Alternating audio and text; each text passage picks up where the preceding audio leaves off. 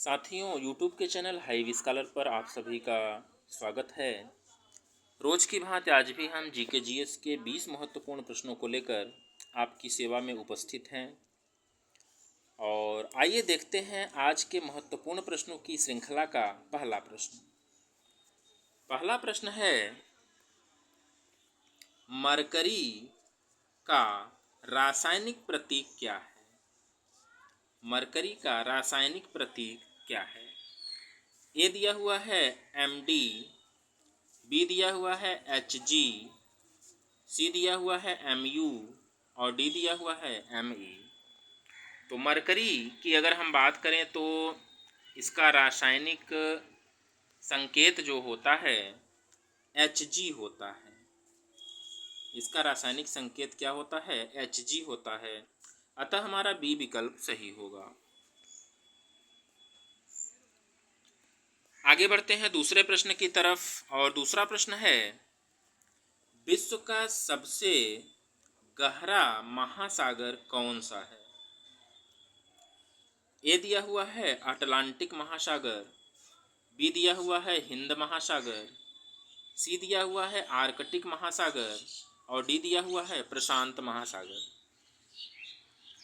तो विश्व के सबसे गहरे महासागर की अगर हम बात कहेंगे तो वह प्रशांत महासागर है। प्रशांत महासागर है। अतः हमारा डी विकल्प सही होगा। आगे बढ़ते हैं तीसरे प्रश्न की तरफ।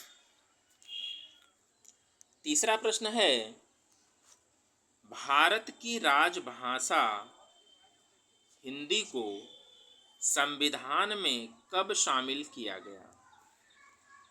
ए विकल्प दिया हुआ है 1950, बी दिया हुआ है 1947, सी दिया हुआ है 1952 और डी दिया हुआ है 1941। तो भारत की जो राजभाषा है हिंदी, इसको संविधान में कब शामिल किया गया? तो वह सन 1950 ईस्वी में 1950 ईस्वी में इसको शामिल किया गया। अतः हमारा ए विकल्प सही होगा। आगे बढ़ते हैं चौथे प्रश्न की तरफ और चौथा प्रश्न है, हिमालय पर्वतमाला की सबसे ऊंची चोटी कौन सी है? हिमालय पर्वतमाला की सबसे ऊंची चोटी कौन सी है? ए विकल्प दिया हुआ है कंचनजंगा, बी दिया हुआ है एवरेस्ट, सी दिया हुआ है नंदा देवी और डी दिया हुआ है इनमें से कोई नहीं।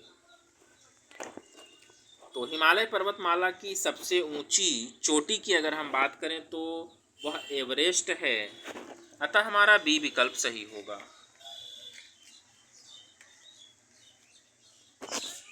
आगे बढ़ते हैं पांचवें प्रश्न की तरफ और पांचवा प्रश्न है, सम्राट अशोक ने कलिंग युद्ध कब लड़ा था? ए विकल्प दिया हुआ है 273 ईसा पूर्व, बी है 250 ईसा पूर्व, सी है 260 ईसा पूर्व और डी है 280 ईसा पूर्व। तो सम्राट अशोक ने कलिंग का युद्ध 260 ईसा पूर्व में लड़ा था। अतः हमारा सी विकल्प सही होगा। आगे बढ़ते हैं छठे प्रश्न की तरफ। विश्व में पहला परमाणु परीक्षण किस देश ने किया था? ए विकल्प है रूस, बी है फ्रांस, सी है अमेरिका और डी है ब्रिटेन। तो विश्व में सबसे पहला परमाणु परीक्षण अमेरिका ने किया था। अतः हमारा सी विकल्प सही होगा। आगे बढ़ते हैं सातवें प्रश्न की तरफ और सातवां प्रश्न है, भारत के पहले राष्ट्रपति कौन थे?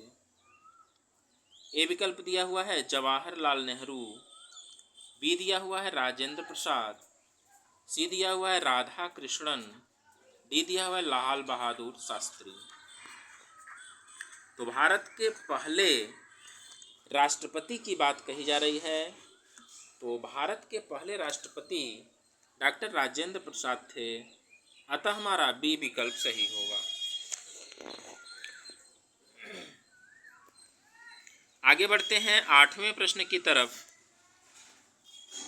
मानव शरीर की सबसे बड़ी हड्डी कौन सी है? ए विकल्प दिया हुआ है फीमर, बी दिया हुआ है टिबिया, सी दिया हुआ है फाइबुला और डी दिया हुआ है रेडियस। तो मानव शरीर की सबसे बड़ी हड्डी जो होती है वो फीमर की होती है, जो कि पैर में पाई जाती है। आगे बढ़ते हैं 9वें प्रश्न की तरफ। 9वां प्रश्न है, सौर मंडल में ग्रहों की संख्या कितनी है? ए विकल्प दिया हुआ है 8, बी दिया हुआ है 7, सी दिया हुआ है 9 और डी दिया हुआ है 5। तो सौर मंडल में ग्रहों की संख्या की अगर हम बात करेंगे तो कुल ग्रह 8 हैं। कुल ग्रह जो है 8 हैं और अतः हमारा ए विकल्प सही होगा। इन 8 ग्रहों के नाम अगर आप लिखना चाहें तो नोट कर सकते हैं। पहला है बुध,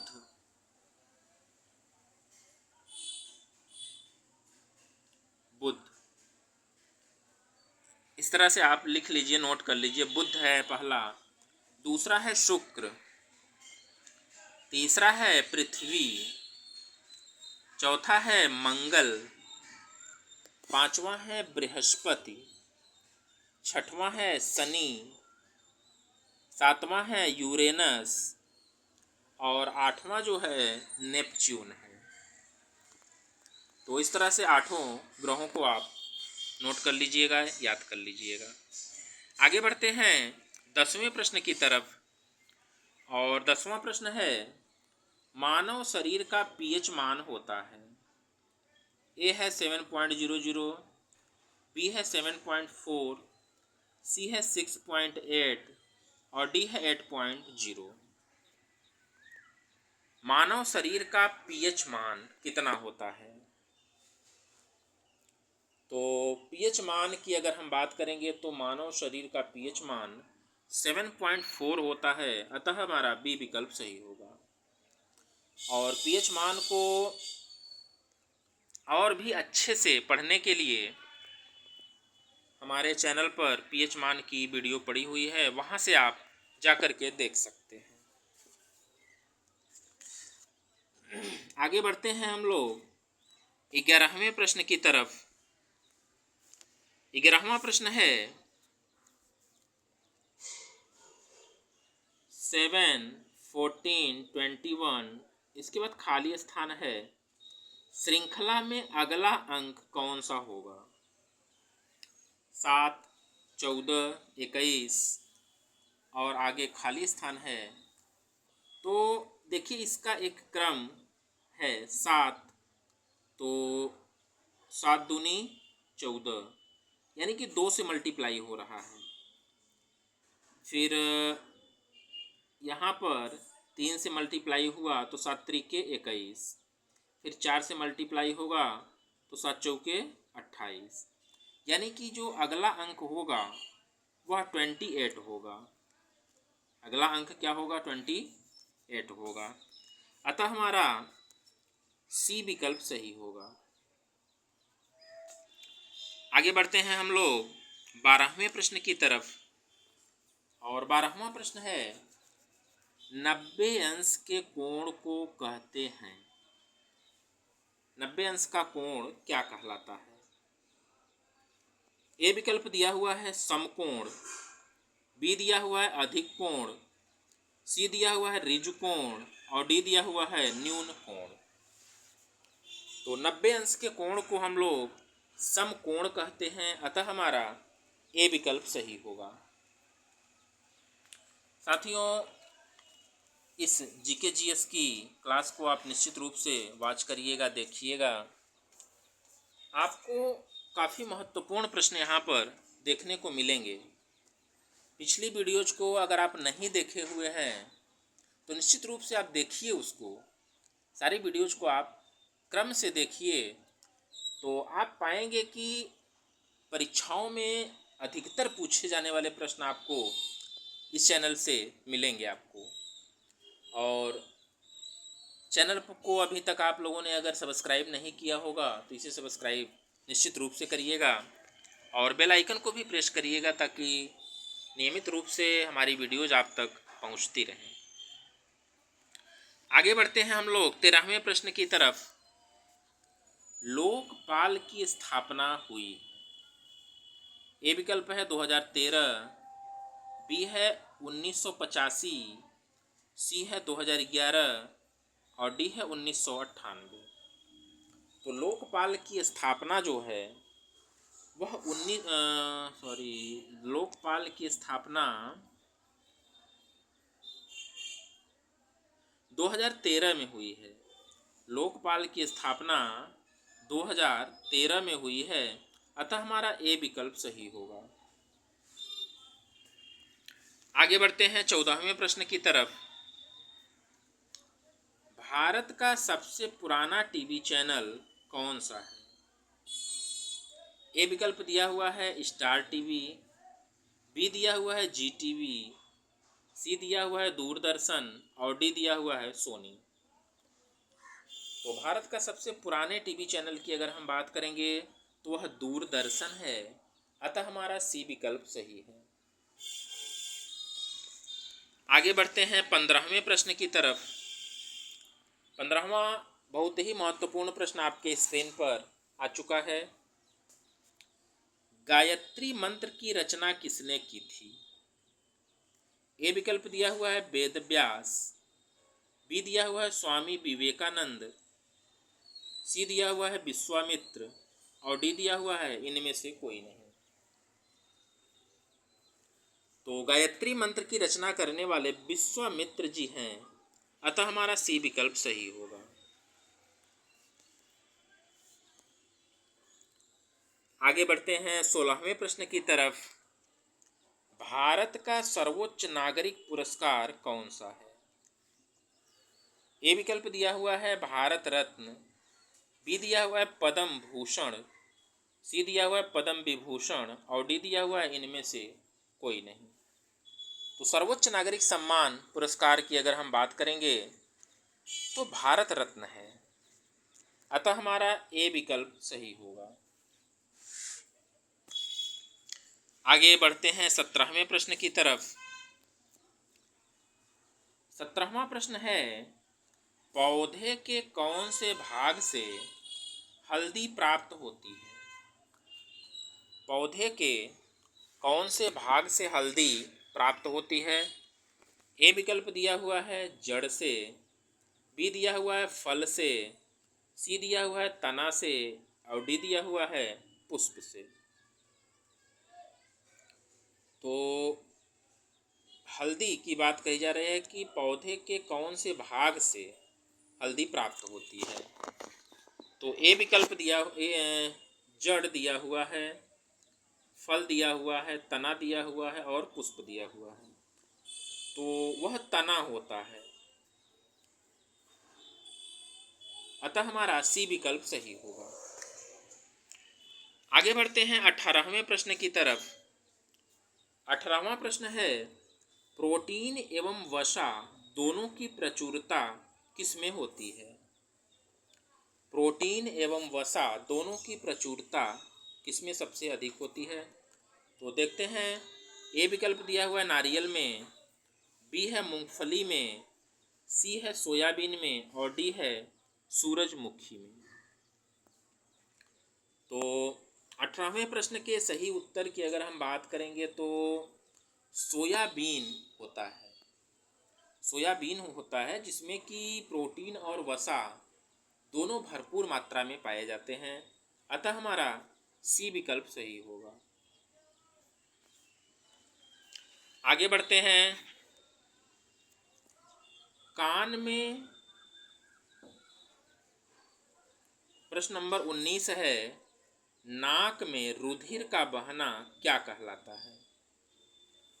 19वां प्रश्न है, नाक में रुधिर का बहना क्या कहलाता है? ए विकल्प दिया हुआ है हीमोरेज, बी विकल्प दिया हुआ है हीमोफीलिया, सी दिया हुआ है हीमोस्टेटिस और डी दिया हुआ है एपिटेक्टिस। तो नाक में रुधिर का बहना जो है एपिटेक्टिस के नाम से जाना जाता है, अतः हमारा डी विकल्प सही होगा।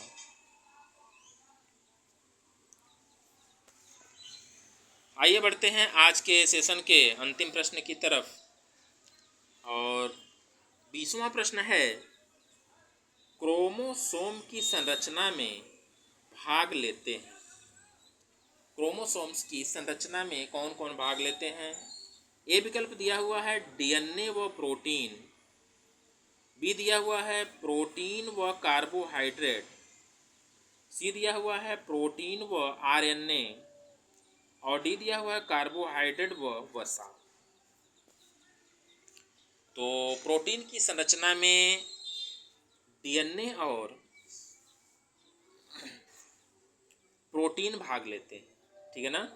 क्रोमोसोम्स की संरचना में डीएनए और प्रोटीन भाग लेते हैं, अतः हमारा ए विकल्प सही होगा। तो साथियों, कैसे लगे प्रश्न आपको? हमें निश्चित रूप से अपने सुझाव दीजिएगा